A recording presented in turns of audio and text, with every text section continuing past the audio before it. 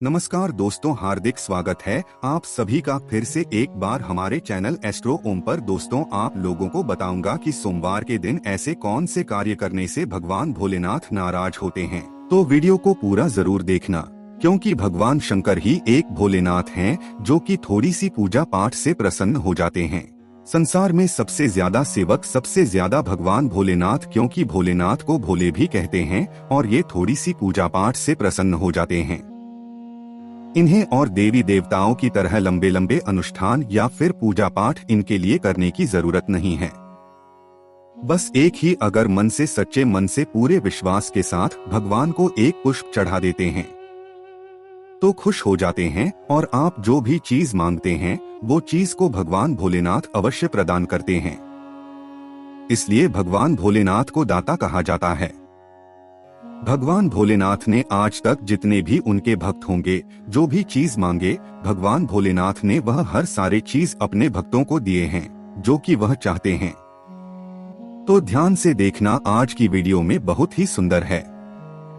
सर्वप्रथम तो जो लोग भगवान भोलेनाथ की कृपा प्राप्त करना चाहते हैं, ऐसे व्यक्ति को रुद्राक्ष धारण करना चाहिए। ऐसे व्यक्ति को पारद शिवलिंग की पूजा करनी चाहिए।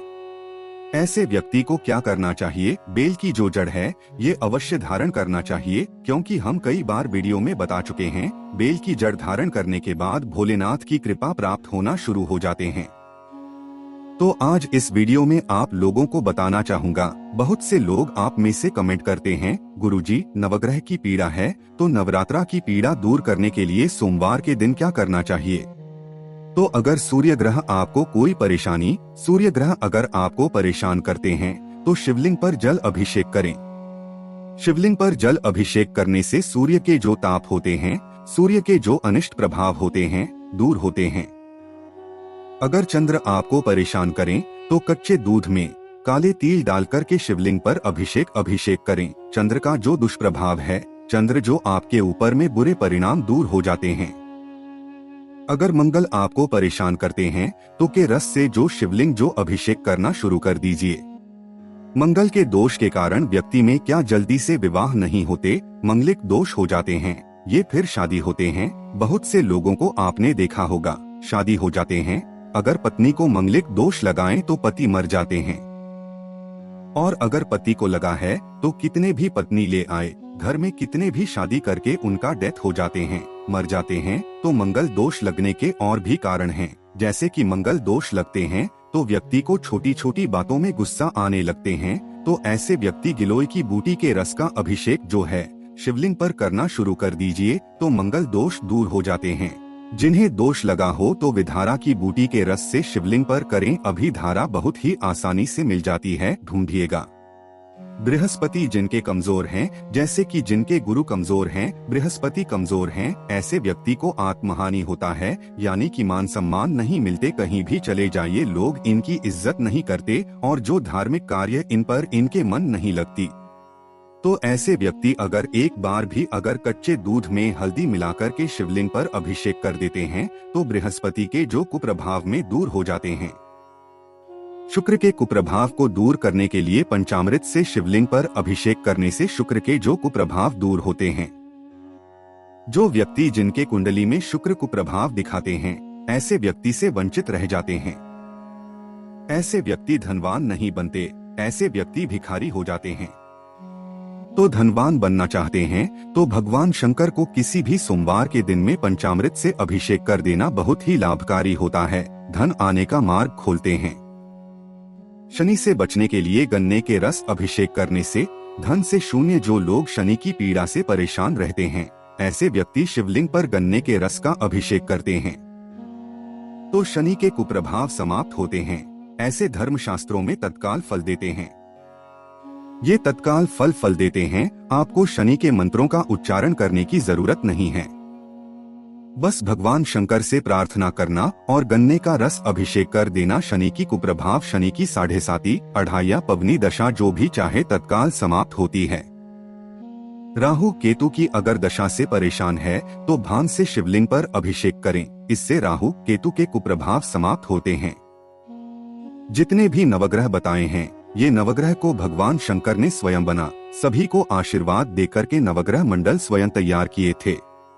आइए इस वीडियो में जानते हैं कि भगवान शंकर को कौन सा कामना के लिए कौन सा चित्र चढ़ाना चाहिए जिससे आपकी मनोकामना की पूर्ति हो। वीडियो को ध्यान से देखना। अभी तक कमेंट बॉक्स में ओम नमः शिवाय नहीं लिखे हैं तो लिख दीजिए या फिर हर हर महादेव जरूर लिखना। आशा करूंगा कि आप ओम नमः शिवाय जरूर लिखेंगे, हर हर महादेव जरूर लिखेंगे। अगर आप ऐसा नहीं लिखते तो मैं समझ जाऊंगा कि आप भी भोलेनाथ के भक्त नहीं हैं। आप भोलेनाथ से नाराज हैं। तो जो व्यक्ति अगर दूध का अभिषेक शिवलिंग पर करते हैं तो ऐसे व्यक्ति को आरोग्य की प्राप्ति होता है। दही का अभिषेक करते हैं शिवलिंग पर तो जीवन में हर्ष और उल्लास की होता है। शहद, जी हाँ, शिवलिंग पर अगर कोई व्यक्ति शहद चढ़ाते हैं तो सौंदर्य की प्राप्ति होता है, वाणी में मिठास आता है और समाज में लोकप्रियता बढ़ता है। समाज में आपके मन सम्मान प्रतिष्ठा बढ़ता है। शहद चढ़ाने से घी का अगर शिवलिंग पर अभिषेक करते हैं तो हमें तेजी से कोई व्यक्ति घी पर घी का अभिषेक करते हैं शिवलिंग पर तो हमें तेजी से हमारे शरीर में तेज की प्राप्ति होता है, ऊर्जा की प्राप्ति होता है। शक्कर का शिवलिंग पर अभिषेक करते हैं तो सुख, समृद्धि, ऐश्वर्य की प्राप्ति। और कोई व्यक्ति अगर इत्र का कोई व्यक्ति जो है भगवान शंकर पर इत्र का अभिषेक करते हैं। इत्र का अभिषेक कैसे करते हैं? जो जल जिसमें आप पानी चढ़ाने जो लोटे आपने पानी चढ़ाने के लिए रखे हैं, जल रखे हैं, उस जल में इत्र की कुछ बूंद डालना होता है तो इसे इत्र का अभिषेक बोल सकते हैं। तो ये अगर आप भगवान शंकर पे इत्र का अभिषेक करते हैं तो इसे धर्म की प्राप्ति होता है और आरोग्य की प्राप्ति होता है। जो बार बार भी माँ पढ़ते हैं समझ में नहीं आ रहा है, करें तो करें क्या? सभी माँ ग से परेशान हो चुके हैं, ऐसे व्यक्ति का अभिषेक भोलेनाथ को जरूर करें। उसी टाइम से तत्काल रिजल्ट मिलते हैं। फिर देखना स्वास्थ्य जो है, स्वास्थ्य में धीरे धीरे सुधार आना शुरू हो जाते हैं। और अगर ये इत्र का अभिषेक करते हुए महामृत्युंजय मंत्र का पाठ करके फिर सोने पे सुहागे हैं, मृत्युल्य व्यक्ति को भी जीवित किया जा सकता है। इस उपाय से अगर कोई व्यक्ति सुगंधित तेल का अभिषेक शिवलिंग पर करते हैं तो ऐसे व्यक्ति को धन की प्राप्ति होता है, जीवन में सभी भौतिक सुखों की प्राप्ति होता है।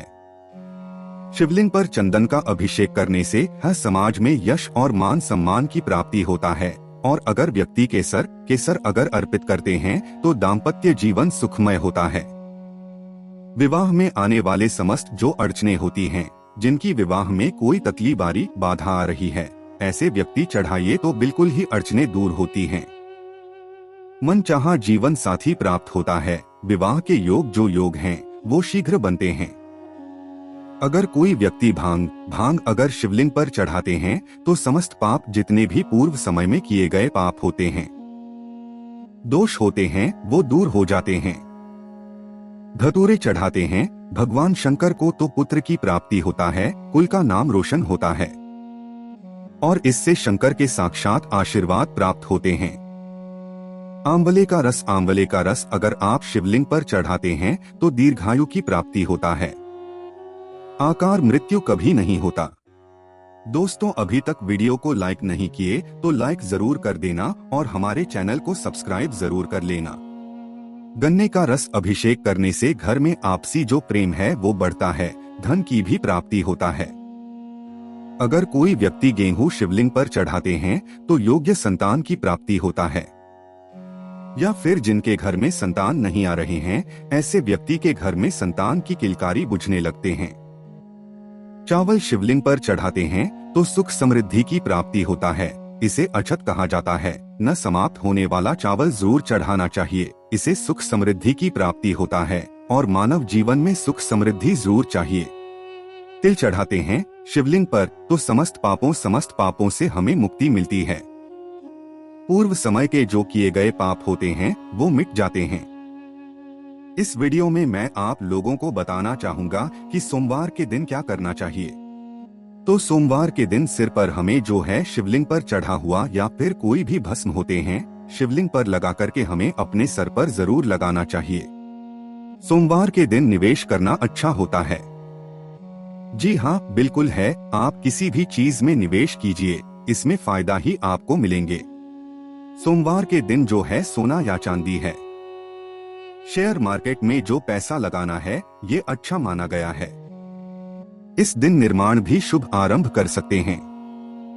सोमवार को सुबह क्या करना चाहिए? तो सोमवार के दिन सुबह जल्दी स्नान करके पूजन पाठ करना चाहिए और भगवान शंकर जी 8 बार महामृत्युंजय मंत्र का जाप करते हैं। महामृत्युंजय मंत्र का तो जहां भी जाइए आपको सफलता मिलना शुरू हो जाता है। दिनचर्या बना लीजिए, अगर डेली के नहीं कर सकते सप्ताह में तो सोमवार के दिन जो है चयन कर लीजिए। सोमवार के दिन शिवलिंग पर क्या चढ़ाना चाहिए अभी मैं पूरे वीडियो में बता चुका हूँ, लेकिन हो सके तो भोलेनाथ को शुद्ध जल से स्नान कराइए सर्वप्रथम। इसके बाद संतान प्राप्ति करने के लिए शिवलिंग पर बेलपत्र चढ़ा सकते हैं। मनोकामना के लिए दूध, फूल ये सब चढ़ा सकते हैं। कुछ नहीं चढ़ा सकते तो भगवान भोले भंडारी को बेलपत्र जरूर चढ़ाना चाहिए। आंकड़े का फूल जरूर चढ़ाना चाहिए। भगवान भोलेनाथ प्रसन्न होते हैं।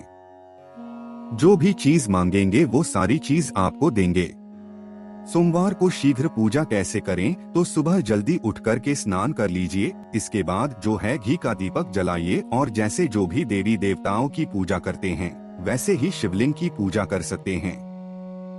सोमवार के व्रत में क्या नहीं करना चाहिए, यही जानकारी देने के लिए इस वीडियो में आया हूँ। चाहे व्रत रखें या ना रखें, लेकिन फिर भी सोमवार ये गलती मत करना। भगवान भोलेनाथ जितना जल्दी प्रसन्न होते हैं उतना जल्दी उड़ते भी हैं, क्योंकि जो जितना जल्दी प्रसन्न होते हैं उतना जल्दी रुड़ते भी हैं। तो ध्यान से सुनिए, माना जाता है कि सोमवार के व्रत में चाहे आप व्रत रखे हो चाहे मत रखे हो, ये जानकारी दूसरे को भी बता सकते हैं। तो सोमवार के व्रत में गेहूं, सूजी या आटे का सेवन नहीं करना चाहिए। इसके अलावा लाल मिर्च और सादा नमक युक्त जो मसालेदार हैं, तली भुनी हुई चीजें हैं, इनका सेवन नहीं करना चाहिए। साथ ही मांस, मदिरा, बैंगन, काफी हरी पत्त जो सब्जी है, इनका भी सेवा नहीं करना चाहिए, मना किया गया है। शिव की पूजा कब करना चाहिए? जो भगवान शंकर जी की पूजा है इसे सर्वश्रेष्ठ कौन समय करना माना गया है? तो वो है प्रदोष काल। प्रदोष काल किसे बोलते हैं जान लीजिए। तो सूर्यास्त से एक पहले और सूर्यास्त तक के एक बाद इसे प्रदोष काल कहा गया है। तो प्रदोष काल में अगर भगवान शंकर जी की पूजा करते हैं, जैसे कि धतूरे, फल, आंकड़ा वगैरह जो भी चीज चढ़ाते हैं, तो भगवान शंकर इस समय तत्काल प्रसन्न होते हैं। और अगर 13 के दिन हैं तो अति उत्तम, जैसे आते हैं एकादशी के बाद फिर आते हैं तेरस के दिन अति उत्तम माना गया है शिव पूजा करने के लिए। क्या हम पीरियड के समय में भगवान शंकर की पूजा कर सकते हैं? बिल्कुल कर सकते हैं, लेकिन उनके शिवलिंग को आपको छूना नहीं है।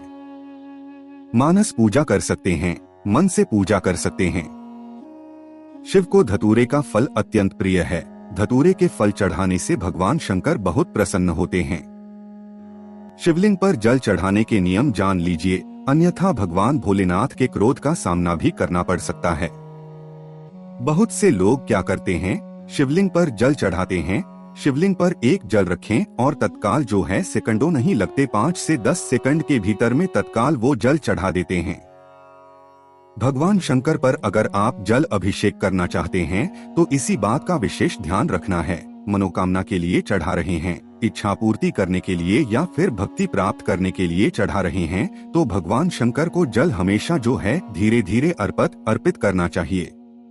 अगर आप भगवान शंकर को जल्दी से जो जल अर्पित करते हैं तो भगवान शंकर नाराज होते हैं, क्योंकि भगवान शंकर ने जब विष पान किए थे तो उनके विष को मिटाने के लिए देवताओं ने थोड़ी थोड़ी धीरे मात्रा में जो है जल अर्पित की थी। और आपने अभी तक देखा होगा, ये फिर आप जरूर देखे होंगे, मंदिर में भगवान शंकर जी के लिए एक पात्र में जल रखा जाता है और थोड़ी थोड़ी कुछ बूंदे जो होती है शिवलिंग पर गिरता है, ताकि भगवान शंकर की जो विष है, जो शरीर में विष पीने के कारण वह शांत हो, और शांत होते हैं तो भगवान शंकर प्रसन्न होते हैं। भगवान शंकर की पूजा में क्या नहीं चल पाना चाहिए, भयंकर पाप लगते हैं, आइए जानते हैं।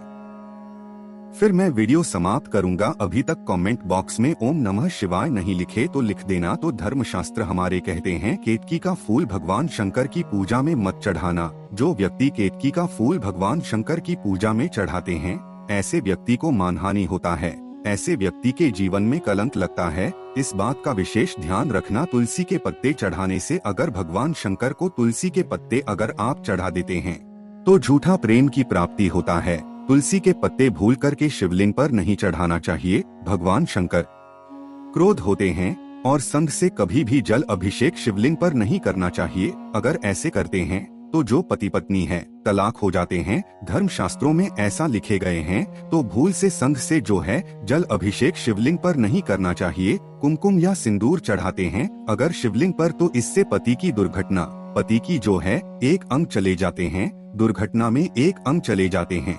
इस बात का विशेष ध्यान रखना, भूल करके कुमकुम या सिंदूर शिवलिंग पर मत चढ़ाना।